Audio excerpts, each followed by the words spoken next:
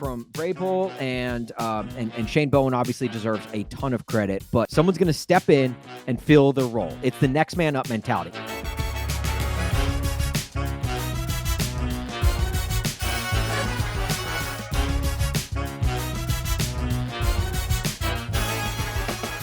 Welcome into the Hot Read Podcast. I'm your host, Easton Freeze, Director of Published Content here at BroadwaySportsMedia.com. We're also brought to you by the 440 Podcast Network.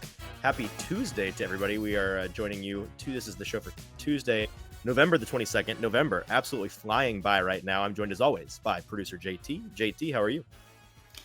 I'm good. You were totally right about that. It seems like just yesterday we were getting into the November after your wedding and honeymoon. And now look, we're about to embark on Thanksgiving this week. And then, of course, December's right around the corner with Christmas. And, it seems that it's just kind of like a podcast roulette this last week and a half. We're pushing out the content, but it's on what day it is. It's anybody's guess. When's it gonna come? That's right.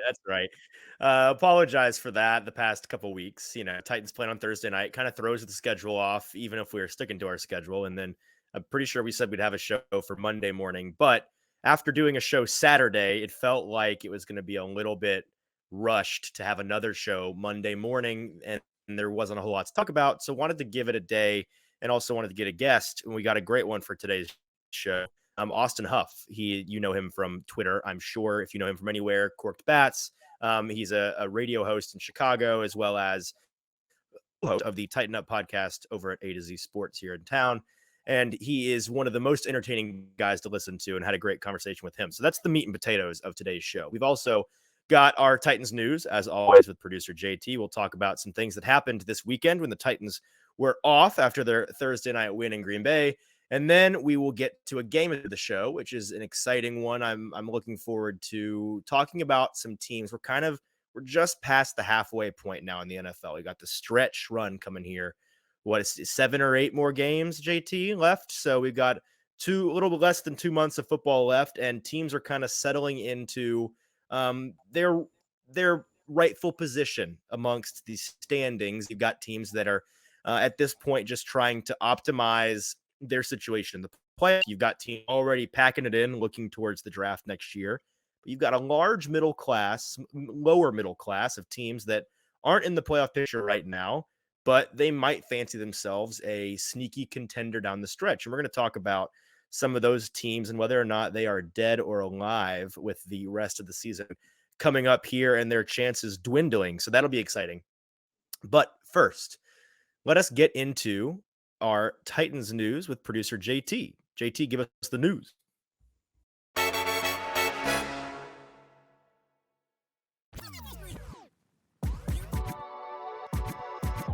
Alrighty, let's get into a news segment here on Tuesday morning. And before we talk about anything Titans or NFL related, we have to talk about the best bet gauntlet once again. And if you listened to the show last week, regardless of who won, this show was making you money last week. Combined between me and Easton, we went, what was it? I think it was a 7-2-1 split there. 7-2-1 for you guys. So if you listen to the show, you made money last week. Of course, Easton. I tweeted it out on Sunday asking people, who are you riding with today, JT or Easton? And the correct answer, there was no incorrect answer. The correct answer was really both, wasn't. Because you were making money either way.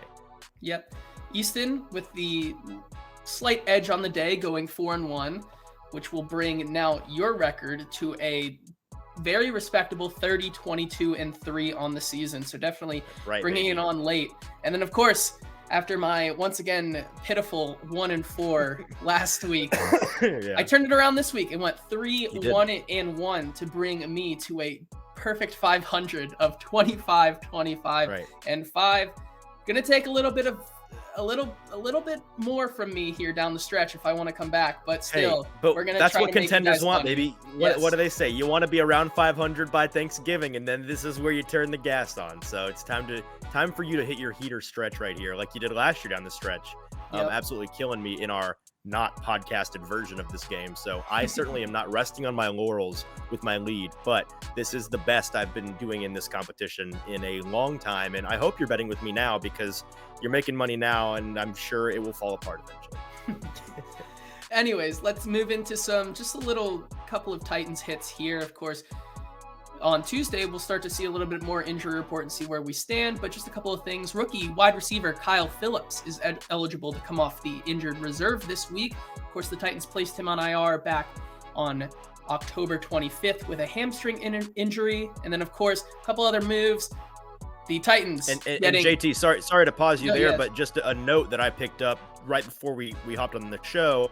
Somebody on Twitter, and I didn't see who, so I apologize not being able to give credit, brought up the good point that the Titans did, and I think you're about to get to this, cut Josh Lambo, the kicker they signed to fill in, but they did not fill that roster spot, which means that they're going to be leaving it open almost certainly for somebody that they have planned to come in. Teams don't just leave spots open during the week. Kind of indicates, at least to me, that we're probably going to see Phillips, or at least they're hoping that we see Phillips back on the active roster this week, activated from the IR. So that's exciting news for this Titans passing game that kind of got their legs here last week. Yeah, so as you said, the Titans cut Josh Lambo, of course, with the return of Randy Bullock. Really no need for him. Randy is the better kicker. And then, of course, signed to the practice squad. Thank you for your service, Mr. Lambo. Yes, Bye-bye. Thank you, Lambo, for joining us in Lambo. And get out. And going, what, two for 3 on extra points? Yeah. He missed an extra point and then said, I'm unemployed again. So. And then signed to the practice squad here, wide receiver Chris Conley, who's been up and down on this roster, and offensive lineman Eric Smith. So just a couple of little tweaks up and down on this roster. JT, how dare you disrespect the man who, in his only start of the year against Kansas City, the Titans receivers went for a combined 0 catches for 0 yards. How dare you? Hey, maybe they're stashing him for a rainy day. Maybe we'll see. I hope not. The Titans fans should be hoping they're stashing him to just be a warm body. I don't know. You don't ever want to see him back on the field. I can tell you that much. Moving on to one more note here on the news, little maybe sigh of relief for Titans if you're looking down the stretch here. With the Colts falling short to the Eagles on Sunday, the AFC South magic number is now 4, which basically means any combination of 4 Titans wins or 4 Colts losses will clinch the division. So mathematically, if you want to look at it, the Titans could clinch the division by December 4th, which is week 13, and would kind of take a little bit of stress off the shoulders of Titans fans. Yeah, it would be crazy, and it's not all that far-fetched. I don't think that it will be that smooth of sailing. I do believe the Titans are going to win this division for the 3rd straight year. However, I imagine there'll be some hiccups. Maybe they win their next 2. Very possible. They've been hot recently, but they've got a couple of good opponents coming up. And the Colts don't have, last I checked, I don't think that they have the most murderer's row of teams coming up. And Jeff Saturday, I talked in the interview we're about to listen to with Austin Huff about the Jeff Saturday era, and we were joking about the thinking behind that decision. But all joking aside, it was an impressive game from them on Sunday against the Eagles, a team that JT, I know that I mentioned this to you the other day. You want to break it out? Not yet. But I know. Are we breaking it out? No, not yet. But my trigger finger was twitching all day. And if the Colts had closed that game out and the Eagles had lost 2 games in a row, there's a take of mine from August or September that I tweeted out and have kind of stashed. And it's looking more and more like it's going to come to fruition. So excited to maybe dance on the graves of the Eagles if they continue to fall apart. But we'll see. They've only lost 1 game, and they hung on against the Colts team that, with Jeff Saturday, genuinely looks like they've got some life in them now. JT, watching them with Jeff Saturday now, and it's a very small sample size, all I can think is this is the team that I expected to see this year coming in. Oh, me too. I think like, so. Competent, a playoff contender potentially, but not quite as good as the Titans, and that's what they seem to be. Yeah, I think you can look just from an offensive standpoint. They look a bit rejuvenated. You can point to Jonathan Taylor, who's finally gotten his season back on track, and Matt Ryan has started to look a little better. And by the way, having a former offensive lineman as a head coach has kind of put some life into those offensive line unit for the Colts, and they've looked better. But of course, it is entertaining to watch. I was watching a little bit of Monday Night Football tonight between the Cardinals and the 49ers, and I saw a sneak peek trailer or whatever that the Monday night game next week is the Colts and Patriots, I believe. And I was like, man, what a coaching mismatch. This game is gonna suck. And then I realized, hold on, This is going to be really entertaining. Bill Belichick versus the Jeff Saturday era. Is that fun? Is it the greatest coaching mismatch in the history of the NFL? It has to be, right? It'll be entertaining to watch. It is. From that standpoint. Jeff Saturday is the greenest coach in terms of experience coming in his third game against quite literally the greatest coach in the history of football at any level. It's going to be unbelievable. It's going to be unbelievable. I'm sure Bill Belichick is how do you put this nicely? Licking his lips at the idea of getting to coach against Jeff Saturday. I'm sorry. They're playing the. Why did I get them mixed up? Sorry. We can cut this. No, who are they playing? They're playing the Steelers. So Mike Tomlin. Oh, okay. No, you don't have to. We don't have to scrap that because the point still stands. Mike Tomlin hasn't had a losing season in a decade. He's a top 5 coach in the NFL. I think it's still the greatest coaching mismatch of all time. Yeah. Regardless, it was looking like a boring game upcoming, and now with the Jeff Saturday era, something to watch next Monday, which will be fun. And the AFC South and East are playing each other this year, so correct me if I'm wrong, the Colts have not played the Patriots yet this year. They did. So they did already play them? Yes. Oh, that's a shame because we could have seen that matchup. All right, anyways, that'll be an interesting one to watch. And is that all for the news today, Jake? Yeah, that is it. All right, that's it. We got a light show today on the front end, but we've got plenty of substance for you here. First of all, just have to take a moment to appreciate this has to be the first version of the modern Hot Read podcast to get through the opening and Titans news before the 15-minute mark. Holy cow. That's crazy, man. Yeah, and this is never happening again. So enjoy it, everybody. It's for sure not happening again. Even on bye weeks, we managed to do better than this, but it's kind of quiet in Titans universe right now. But that's why I wanted to have Austin Huff on. Austin Huff, if you know anything about him, he is, if there was a culture guy in Titans media, and it was like, who do you want to talk about when it comes to cultural narrative things and less so X's and O's? Austin Huff is the guy. Massive Titans fan forever.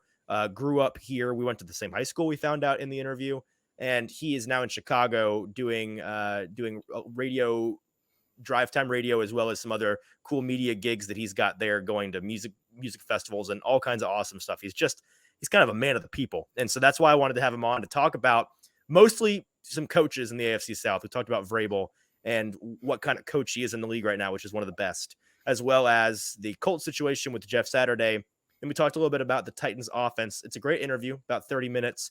Here we go. Hope you enjoy. This is our interview with Austin Huff of A to Z Sports, the Tighten Up podcast. All right, let's welcome into the Hot Read podcast a guy that I have been wanting to get on the show for a while now. It's Austin Huff. You probably know him from his many endeavors, Korked Bats, as well as being a co-host of the Tighten Up podcast with A to Z Sports.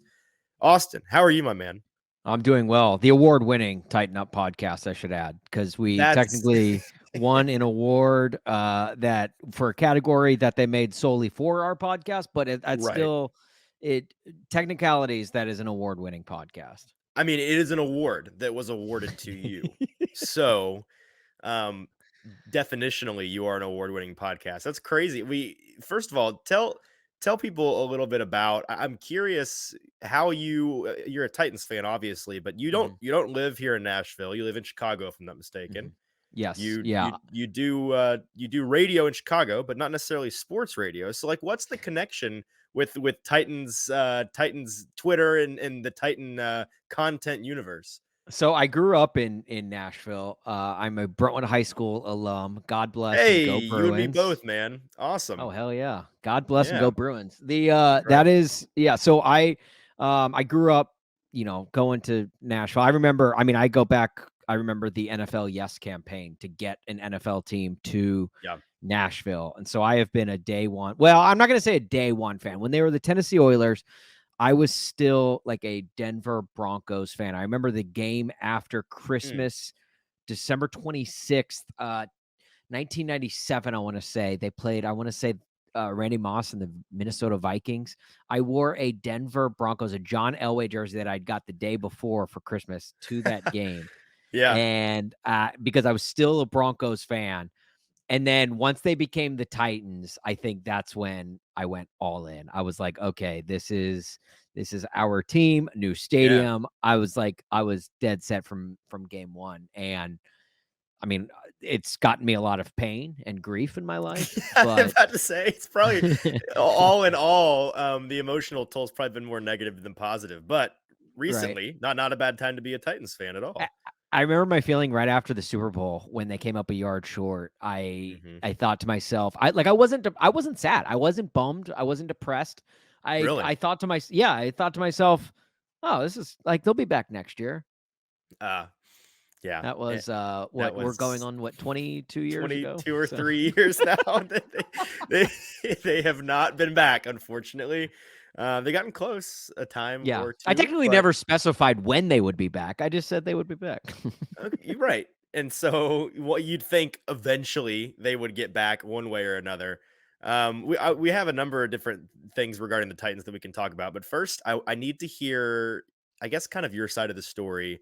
There's been a long standing feud between the Tighten Up podcast and a podcast that is a part of our podcast network, Football and Other F Words, with our buddy Zach Lyons and Mike Herndon. Really just two elite powerhouse Titans podcasts that have been going head to head for a while now. And you guys duel it out basically annually when it comes down to award season around here. There was a moment in time that kind of broke Titans Twitter for a moment when you had Uncle Mike Herndon on the show and you got him to say that your show is better than his own. How mean, exactly did that come to fruition? I mean, did he Freudian slip? Did and you coerce him? look, I mean, I like to think that I'm pretty good at editing audio, but that I think anyone with any FBI or detective would be able to tell you Right. that audio was not doctored. In fact, we No, have not at video all. of it as well. Yeah.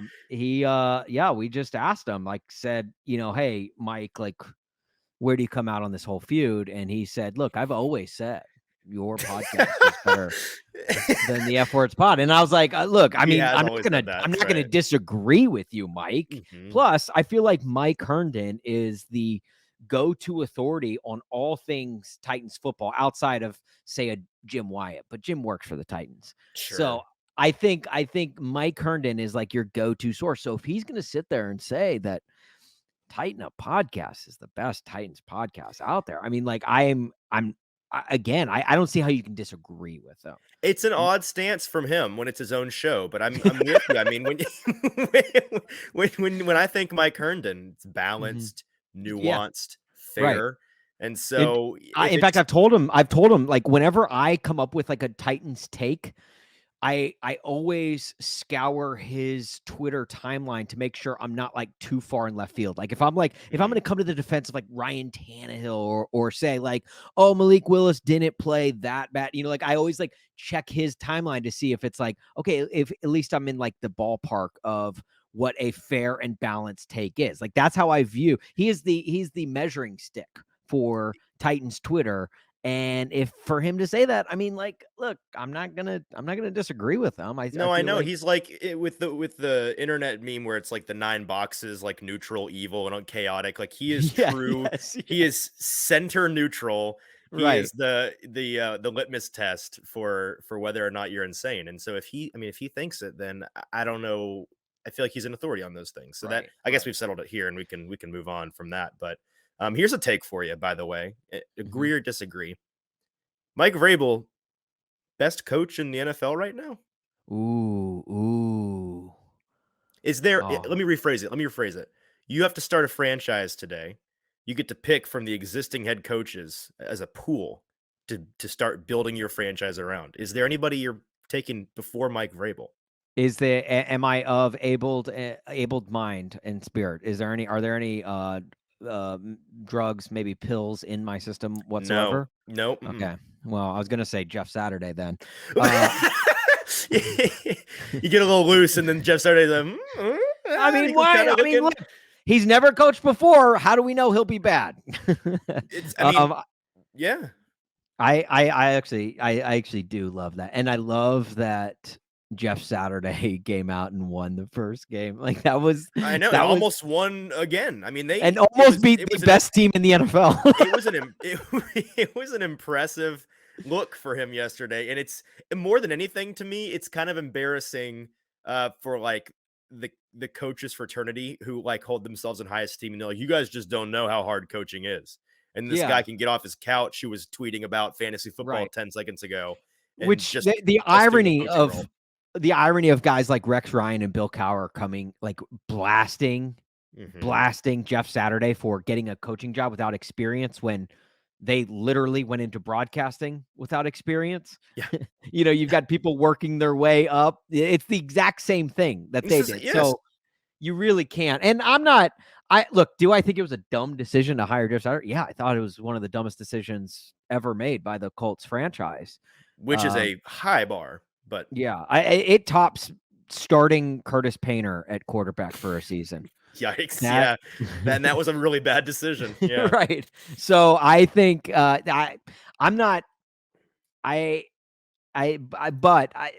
a guy like me who's like I just root for team content. It is tremendous content. It's like that Darren Ravel tweet. Like I hate this for the Colts, but it is tremendous content. Exactly, it is, and I could have understood the hatred surrounding that hire more if it was a true coaching hire. Like, hey, off season, we're bringing this guy in. When you got to have somebody to fill the stopgap, maybe everybody's all up in Jim Irsay's grill for making this choice, being a moron for making a horrible choice. Maybe he's a secret genius because he thought, let me just hire the least capable guy ever so that we can tank the season. But then he's proven not a secret genius and actually a moron because he accidentally hired a guy that seems to be decent at coaching. Yeah. Well, and the thing for him is like, it's good. Like he hired him as an interim head coach. It's not like there's no strings attached right here. It's like, they literally asked Saturday, like, do you think you're going to stick around after this year? And he's like, I don't know. We'll see. Right. I mean, we'll see how it goes. It's like, I'm not one of these guys, but I feel like it would be like hooking up with a girl who's like in town for the summer. It's like, it was convenient. I mean, it's like, right. It's like, look, there's no strings attached at the end of the summer. We could totally end this, but if it does, if we do end up getting married, then I look like a genius. So exactly. But to answer your question, no, Mike Vrabel, I honestly, and it's hard for me to put all bias aside when I'm as diehard of a Titans fan as I am, but all bias aside, I would take, maybe Andy Reid just with his offensive mind. I can respect that. Yeah. But other than Andy Reid, and even Andy Reid, like without the talent, if he doesn't have a Patrick Mahomes and or a Travis Kelce, Andy Reid, remember what Andy Reid was before the Chiefs? Even the early few years with the Chiefs when he only had Alex Smith, he was a laughingstock. Like we would always crack Andy Reid jokes. But if he's got the talent, like Andy Reid right now, but other than that, I think Mike Vrabel. I mean, like it's hard to go. Mike Vrabel gives the Titans respect that the Titans wouldn't get otherwise. Yep. With just their roster right now. And that's with Derrick Henry. That's, with Ryan Tannehill playing, balling out like he did on Thursday night. Like that is. When you hear national media members give credit to the Titans, sometimes begrudgingly on a Monday morning after they win, what is the thing that they usually go to immediately? Like, man, Mike Vrabel, he just has those guys in shape and gets the more out of those guys than anybody else could. It's all about how he's a fantastic coach, which can be annoying as a Titans fan, but also it's not an unfair point. No. It's a great thing to honestly look at and I view it as like the way the Patriots did, like the two people that got all of the love for the Patriots run, Tom Brady and Bill Belichick. Yep. Okay. Right now, the two people getting all the love for the Titans, Derrick Henry, Mike Vrabel. Like I'm okay with it as long as you're breeding success. And Vrabel has got like a mindset, and it's frustrating in the sense that like Vrabel brings in guys, and John Robinson, in accordance with him. They bring in guys that fit the mold of a Titan. And so it's frustrating as a fan because like when you see guys like Odell Beckham being shopped around, obviously a wide receiver who can take the top off. You just know it ain't happening. You would love for that to happen in Tennessee, but it's not going to because they only get guys who fit the Titans build. And it reminds me of like the St. Louis Cardinals, and the Cardinals annoy the hell out of me in the baseball world because like they always go for guys with the Cardinal way. And if you don't fit the Cardinal way, and that's why they always miss out on a lot of free agents.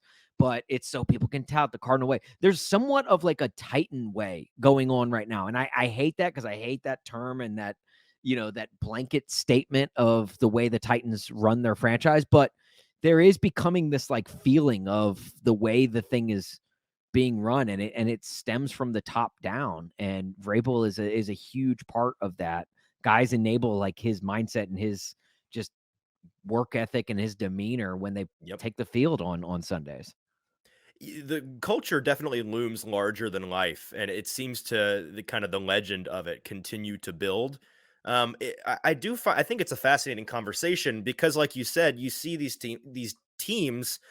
Like, I mean, it's not a carbon copy of what the Patriots did, or are. Yeah, but it's very similar. It feels similar that way, right? And this is a guy Vrabel who he not only did he play for all those years with the Patriots, but think back to his college days, Ohio State. He was at Ohio State when they were ripping off national championships under Tressel. I want to say, I believe he played. That sounds right. Under Tressel, but regardless, like he went to a large program that had like developed itself into a national power. In the early days of it becoming a national power. So I don't know. I just think like Vrabel, I just love the fact that he, as a Titans fan, has there ever been a week where you didn't think the Titans had a chance to win? Not as long as Mike Vrabel has been the coach. Yeah, I mean, like even like against like the Bills on Monday night earlier this year, or against the Chiefs a couple weeks ago with Malik Willis.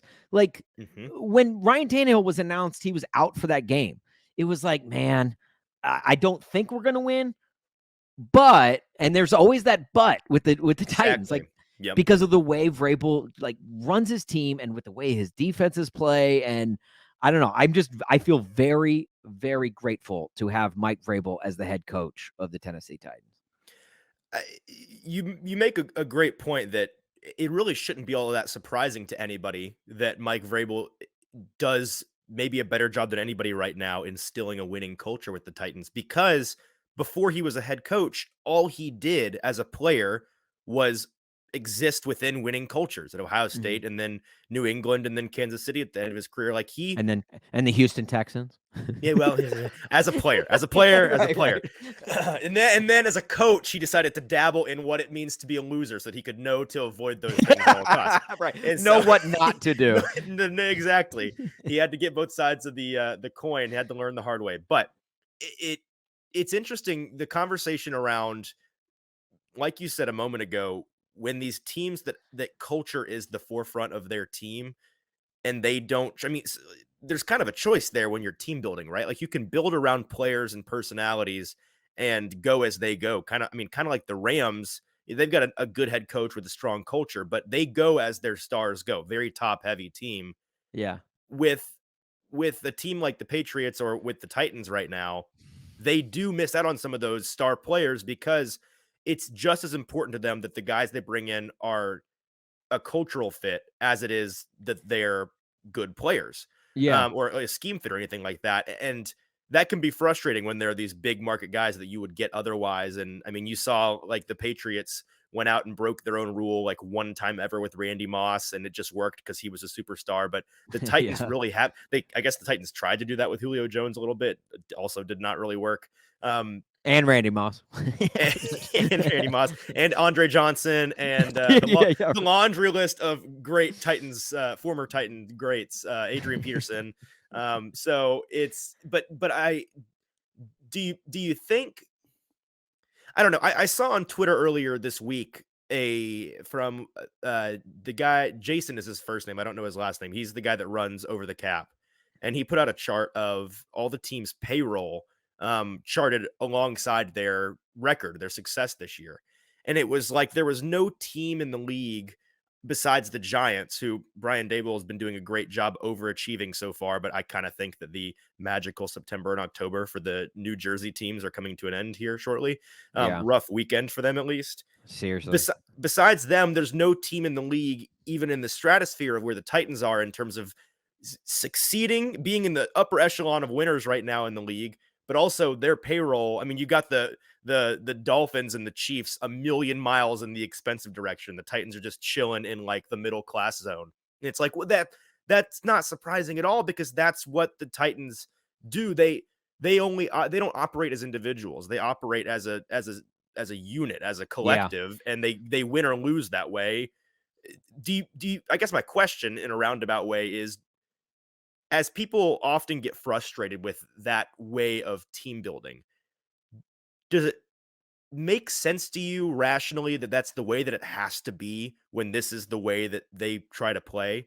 Like, do you really think it would be? The coaches seem to think if they were to break their own rules and go get these guys and bring them in and not break their cultural rule fit because they're a great player, that things would start to fall apart internally. But do you think that that's really a reality? I mean, with like Odell Beckham sitting out there and these guys, that fans are like, we'll never get him, but I'd like to get him.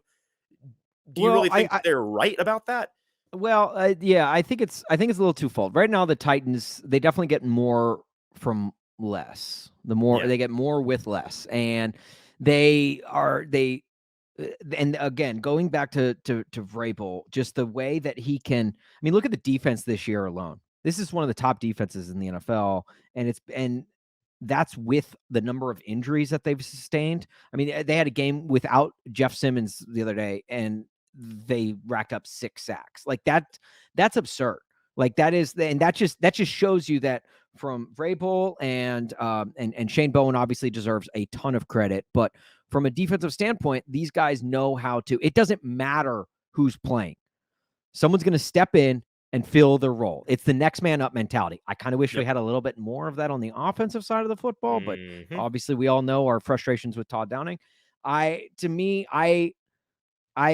that to me is important, and I think that's huge. If you can have that as a team, I mean, and not to keep making the Patriots parallels, which if you ask Trey Wingo, who tweeted earlier this week that Vrabel is the best branch off of the Belichick coaching tree. Yeah.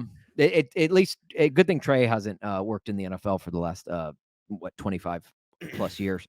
I think that going. By the way, he responded to somebody who called him out in the. What did he say? I didn't see that. Somebody was like, Vrabel's not in the coaching tree, and he quote tweets, "Well, duh." Well, hey, what do you? Trey Wingo, man. You just never mind. Anyways, I'm not the best Trey Wingo, but I will say he is the best branch from the NBA inside the NBA coaching tree. Oh, that's funny. There is that Patriot way when it comes to the Titans, in the sense that, like, it was always that when they were having their success, it was like, you would have like just random guys like Troy Brown play both sides of the football, just step up and have success because of how well coached the team was. Titans are getting that. Now, do I wish that they would break their mold and sometime, I don't know, spend a little bit of money? Like I grew up, my parents were, we didn't struggle with money growing up, but my parents were always kind of, for the most part, frugal with money. Like they wouldn't just spend just to spend. And so, like we would only eat out at restaurants if we had a coupon, like that type of stuff. You're getting water. Every once in a while, I would love to just go to Cheesecake Factory without a coupon, Mom. Is that possible? The Titans feel that way right now. But I do think we're getting to a pushing point, and I don't know if the Titans will realize this. I think they should, but I think we'll get to a point here soon. I don't know if we're there yet, but we're very close to where the Titans have built a culture and a reputation around the league where you can't count them out ever. And to me, you can actually, and many do, but you shouldn't. Well, yes, yeah, right.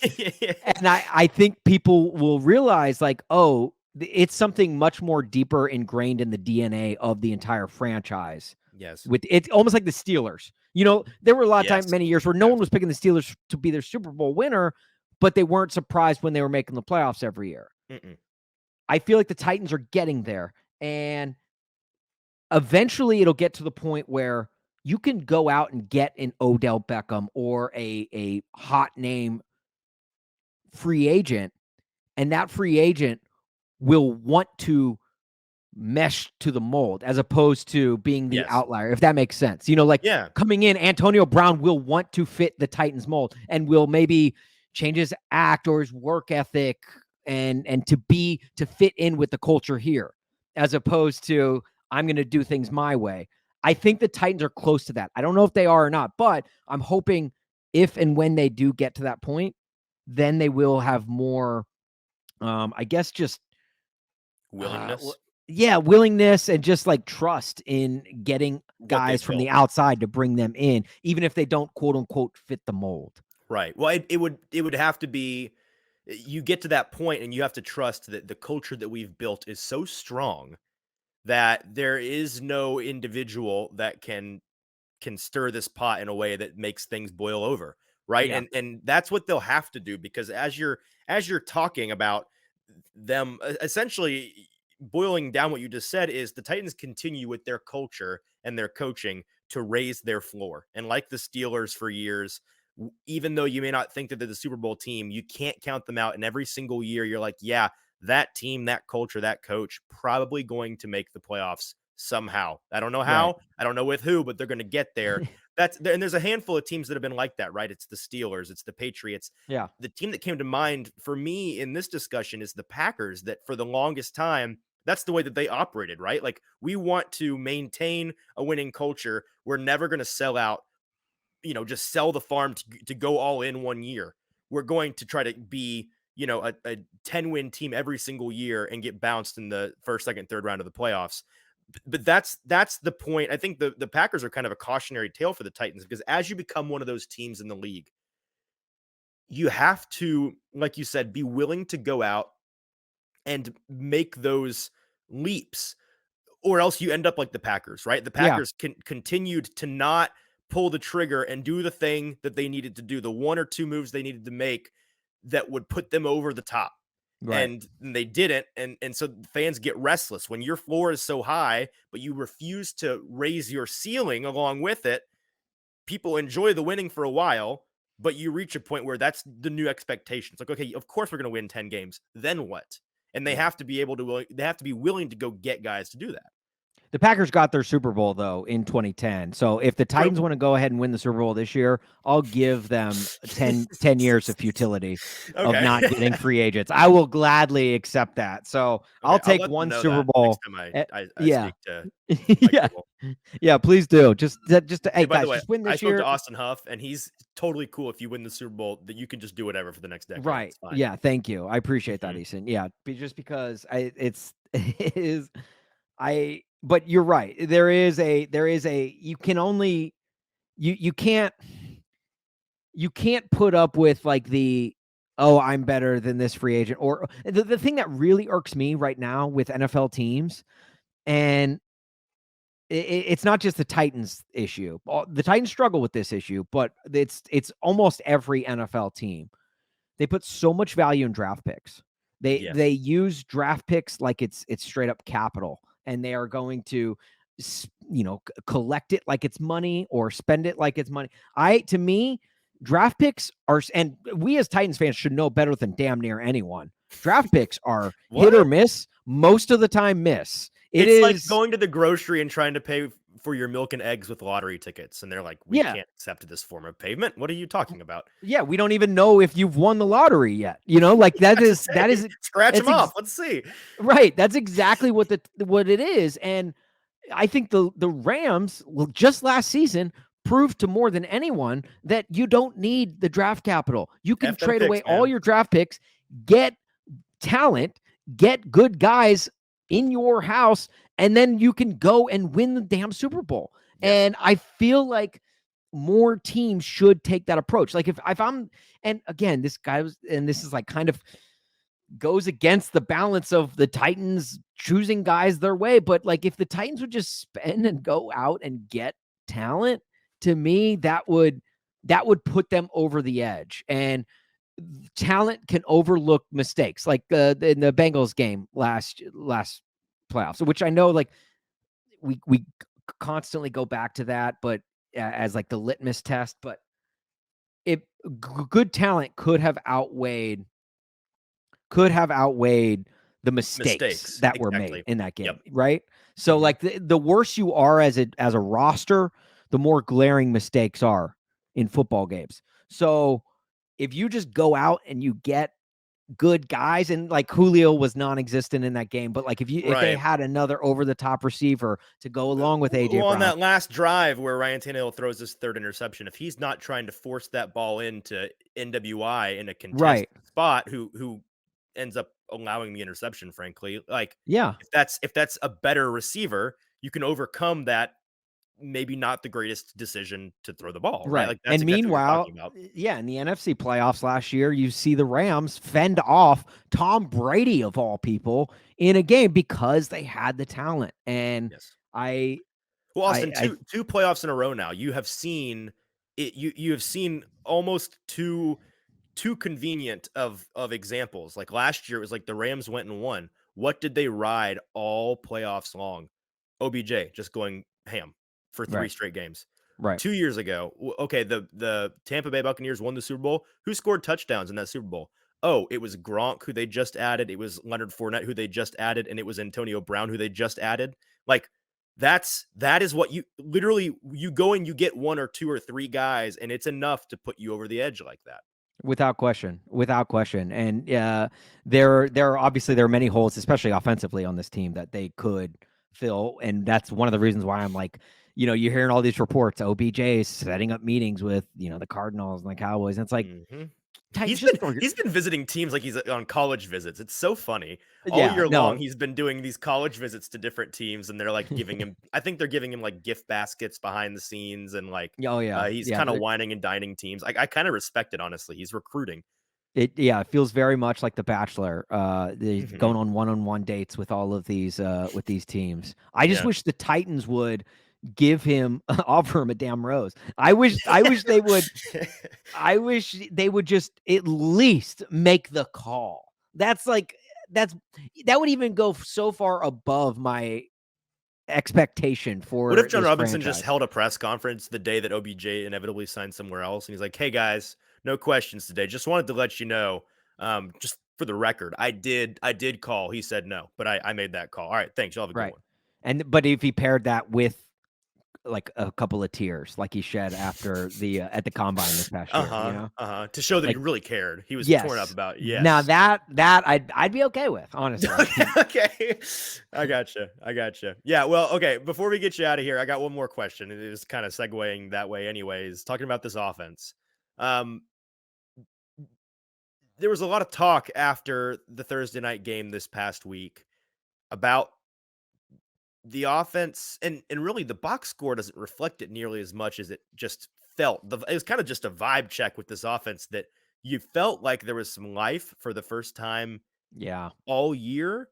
Are you anticipating that being an aberration and we go back to kind of, off and on frustration with the Titans offense? Or do you think as long as these guys stay healthy, and with the Titans, knock on every tree in the 50-mile radius, like if they stay healthy, do you think this offense does trend in the right direction at the right time down the stretch here?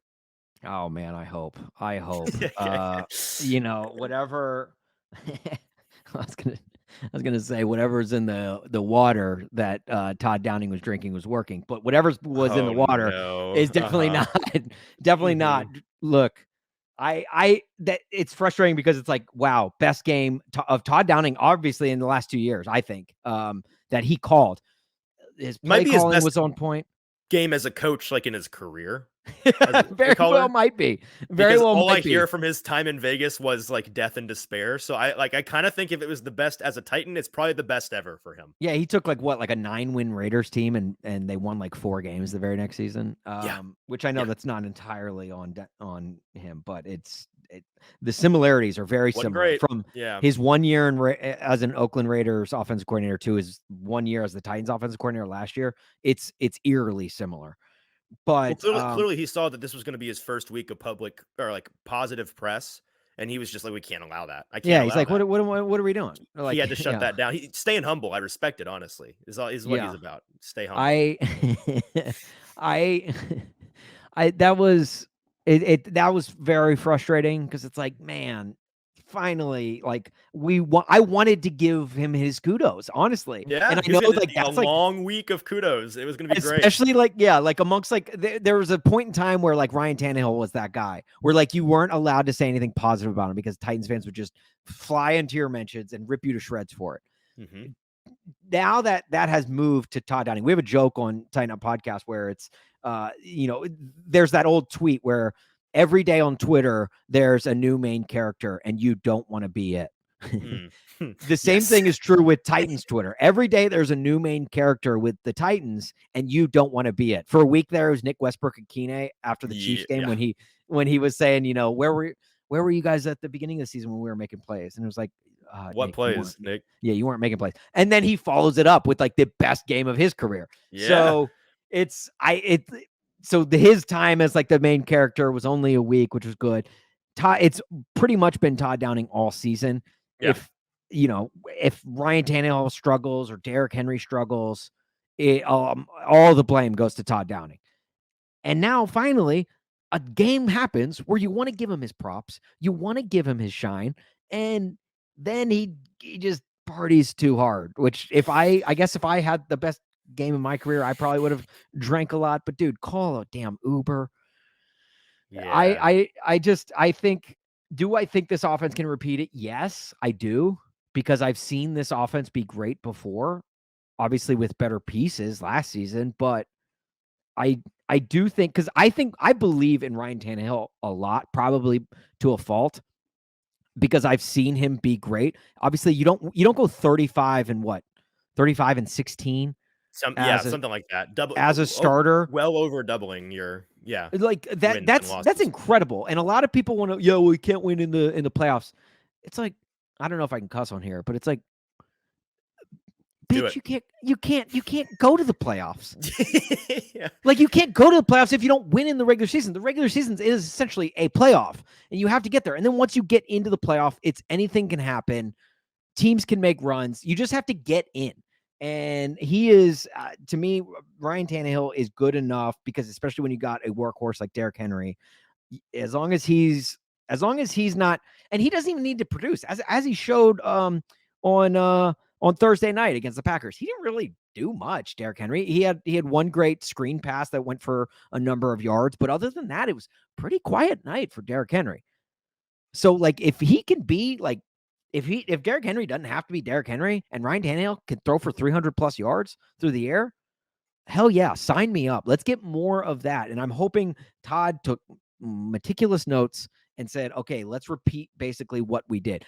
When this offense is scripted at the beginning of games, obviously in the first quarter, when they're scripted, they're as good as any offense in the NFL. Yep. But when they go off script, that's when they start to lose me in that second half. That's when it gets scary a little bit. But they played very well on Thursday, and I got to give shine to a guy who has been public enemy number one for Titans fans, Todd Downing. Well, Austin, we appreciate your time. Thank you so much for coming on. We'll definitely have you on again. Tell the people where you can be found on the internet, all of your various endeavors. My just on socials, Instagram and Twitter at Austin Huff. Hit me up there. I like to interact with people on Twitter. So if you tweet at me, I try to tweet back and interact with people. Don't ask me for a follow. I hate that.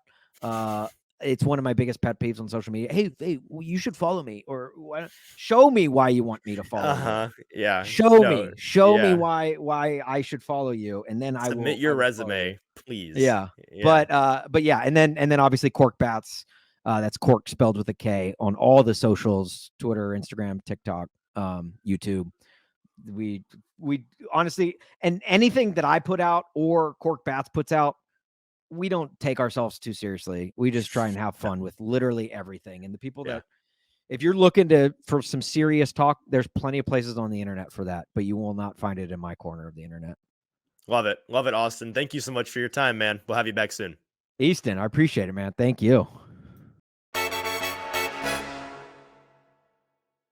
All right, before we get out of here on a Tuesday, we got a fun game to play that I teased at the top of the show. JT is going to help walk me through this game called Dead or Alive, and we are going to go through Western style, old Western Wanted Dead or Alive poster style with some fun music as well, because we like to go all out for the theming on this show. We're going to talk about some teams that are kind of on the bubble right now. They're not in the playoff picture. They're not really on the edge of the playoff picture either. They're 2 or 3 out of the 7th seed in their respective conference, but they're not quite dead. This is not, this is not the Bears. This is not the Texans of the NFL. These are the teams that you could reasonably see going on a run, winning, 75% of the remainder of their games and sneaking in. And I think a lot of these teams are on that trajectory and they're very much alive. Some of them I think are kind of masquerading, and I think they're already dead, despite the fact that theoretically they could get in. Let's talk about some of them. I believe there's 10 of them, JT. So without further ado, let's play Dead or Alive.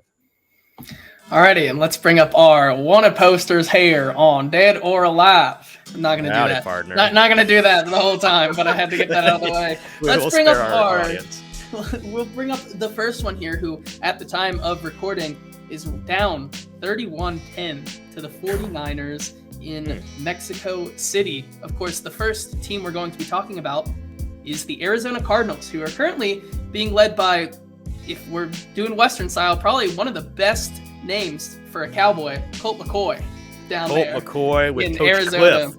Cliff. Are the Cardinals dead or alive?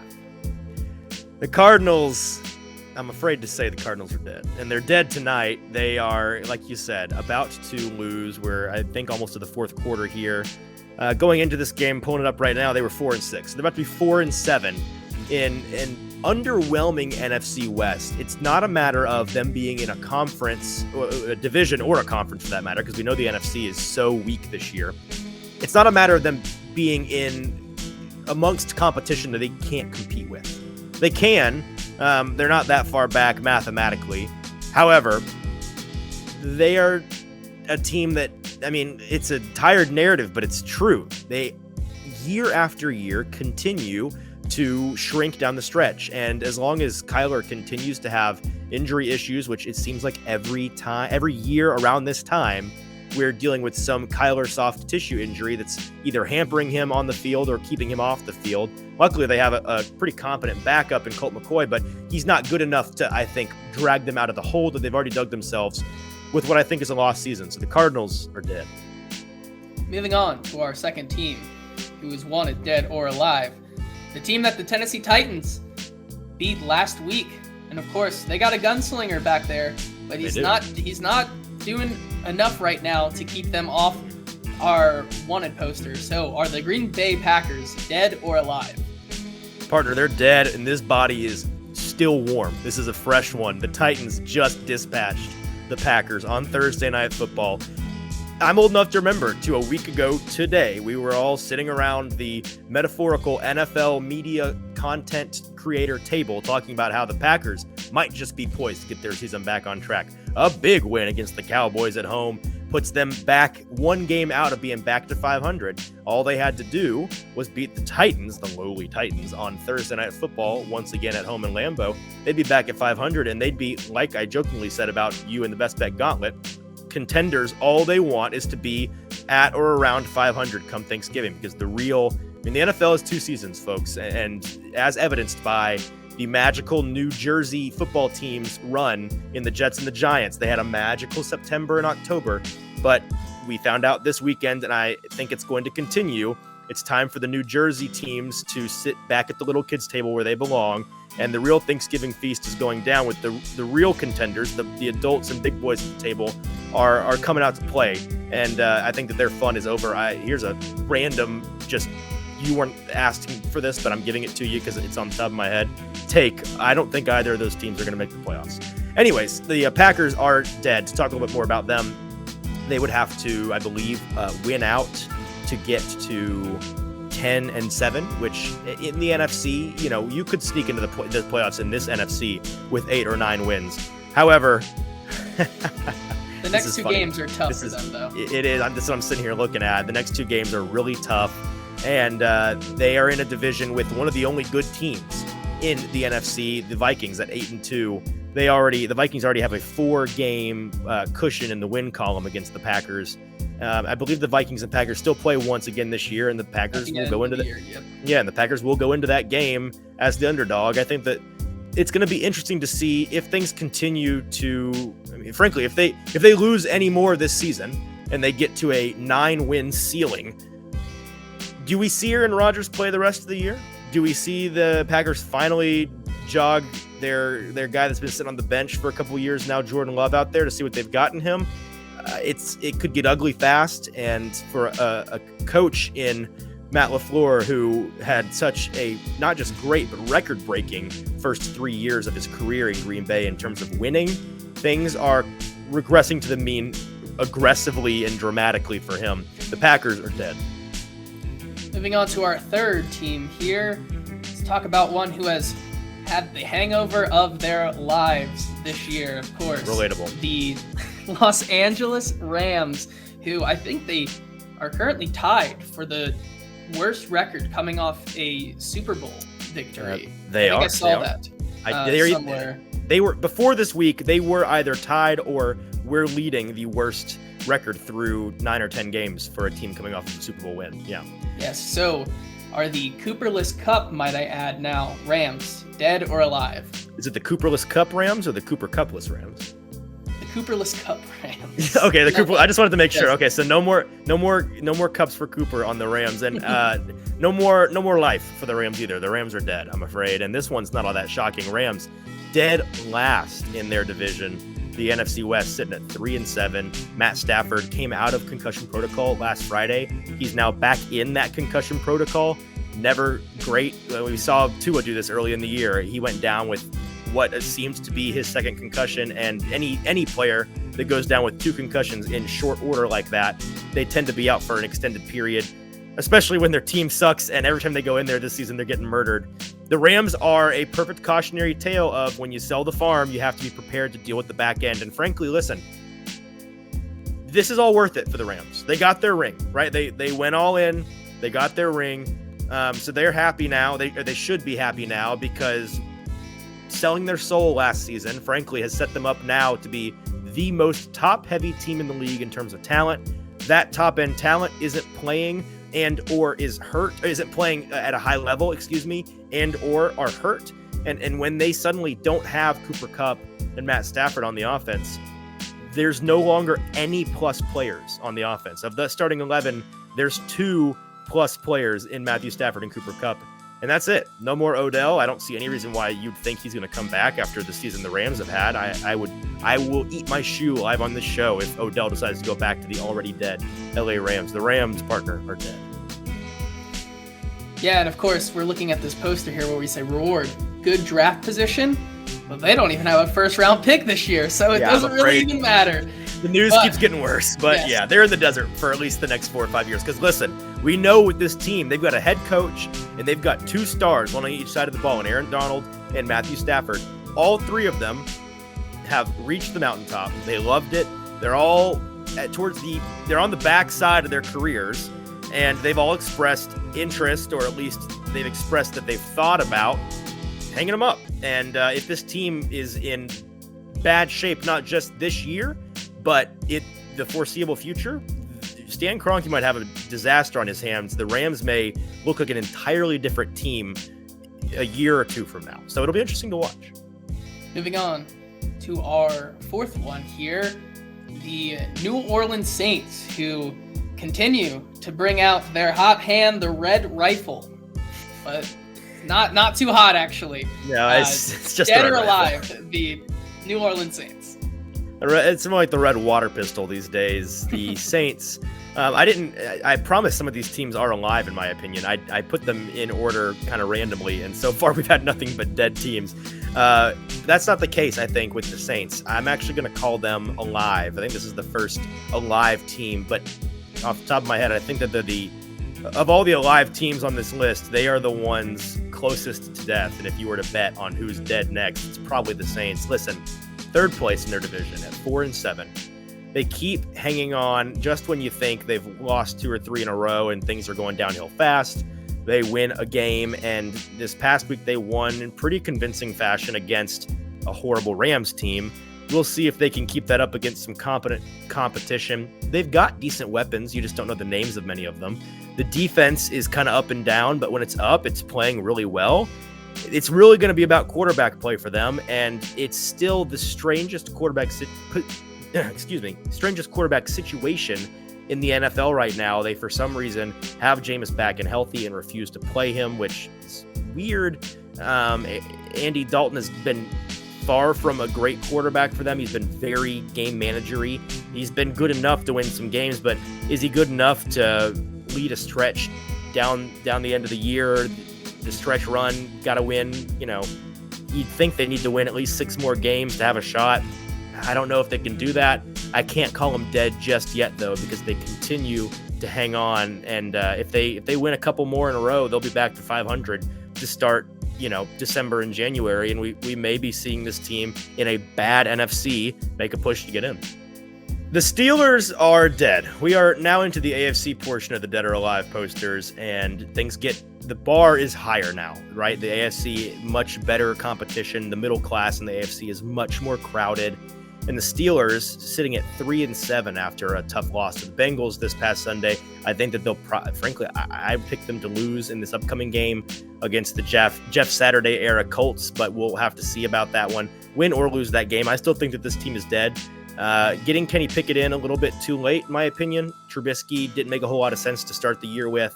Pickett needs experience. He looks like a rookie, but he's shown flashes. He's looked better than I expected him to, frankly, this early. And they've got some weapons emerging there with George Pickens, and they've always got decent receivers in Pittsburgh. Their main problem is they live in the AFC North in not a running division, but a division weather-wise, geographically-wise, and also style of football-wise. You got to be able to run the ball well. And the Steelers sort of can't do that right now. Their offensive line remains a massive liability. Najee Harris is, I'm sorry to say, not a good football player. So I don't see how this team rounds into form in time this year to be any good. I think that we might be looking at the first Mike Tomlin losing season of his career, which is an astonishing feat, and he should be praised for that. But I think that it's a reset for them, and they'll be back next year. Moving on, let's talk about the rideable Broncos out. Let's ride! Denver.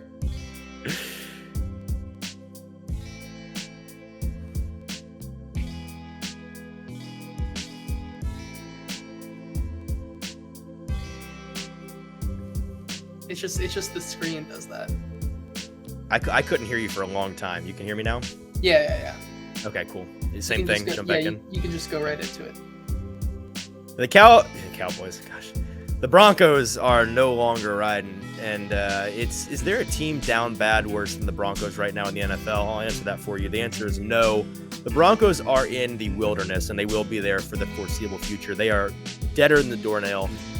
Nate Hackett has been a complete and utter disaster. I don't know how he still has a job. He should be fired this week, and if he's not, I don't know what's going on. Russell Wilson continues to look like a complete shell of himself. This defense continues to be great for them, and yet the offense continues to not score 18 points, which is all they need to do to win the majority of their games, and they just cannot do it. They let go of Melvin Gordon because he's fumbling in the red zone again. I mean, it's just an unmitigated disaster. A team that many thought could be the contender this year for, big flashy moves in the offseason. Went and got a star quarterback, paid him $1 bajillion, went and got a new coach. Like, this could be the team that goes worst to first. No, they're worst to worst, and they sold their souls to do it. It's a disaster. They can't move on from Wilson, even though they probably would like to. They have to move on from Nate Hackett. This team is in shambles, and I think that they've already got guys pretty much just checked out on the year. In the AFC West, where the leader is currently the Chiefs at 8-2, the 3-7 Broncos are already dead. The Browns, this one's tough because they've got a guy that we're all aware of coming back to play quarterback for them this week, I believe. Is this week 12 coming up? Yeah, week 12. I believe that's when he's coming back. Are they playing the Texans this week? They are not. They are not. Okay, so it's week 13 that he can come back. I know that the Texans game against his former team is the first game back for him. So one more week, but I know he's practicing with the team, and he'll be back for the final 6 games of the year for them.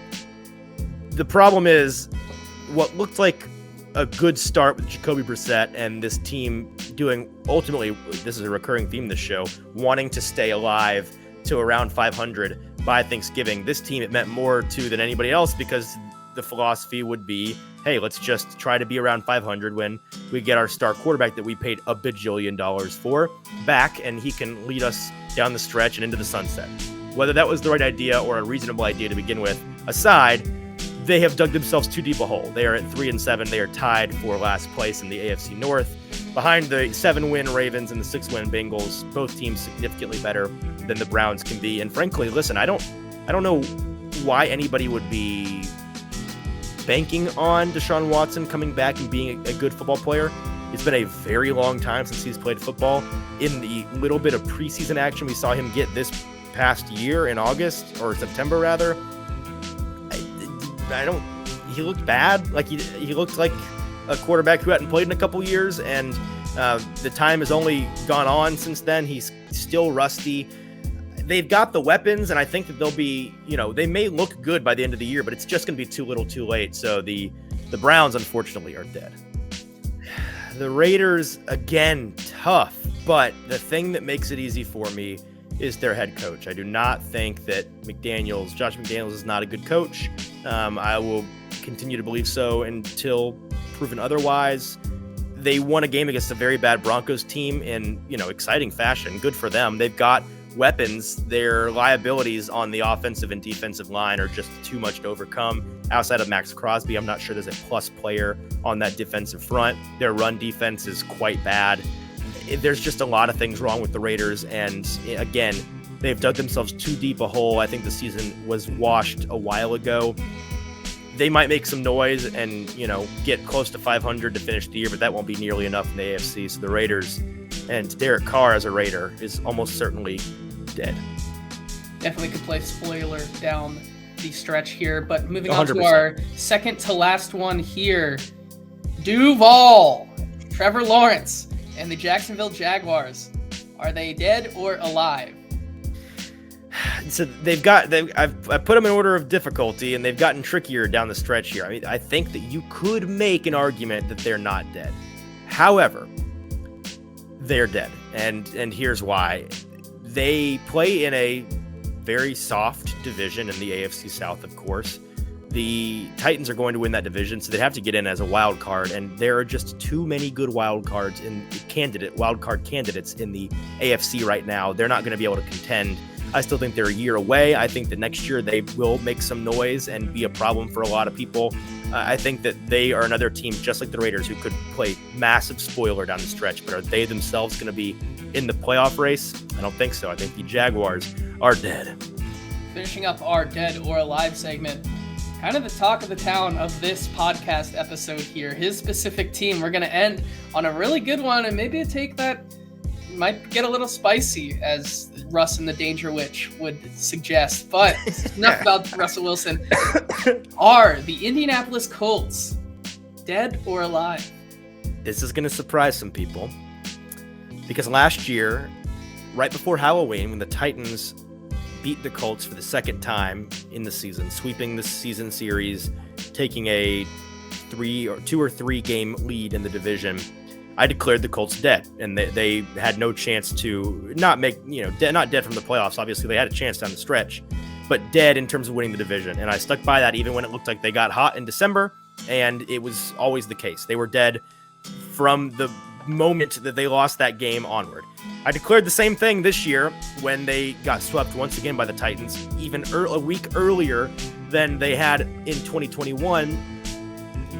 But I'm gonna rescind that statement and say that the Colts are barely alive. Here's why.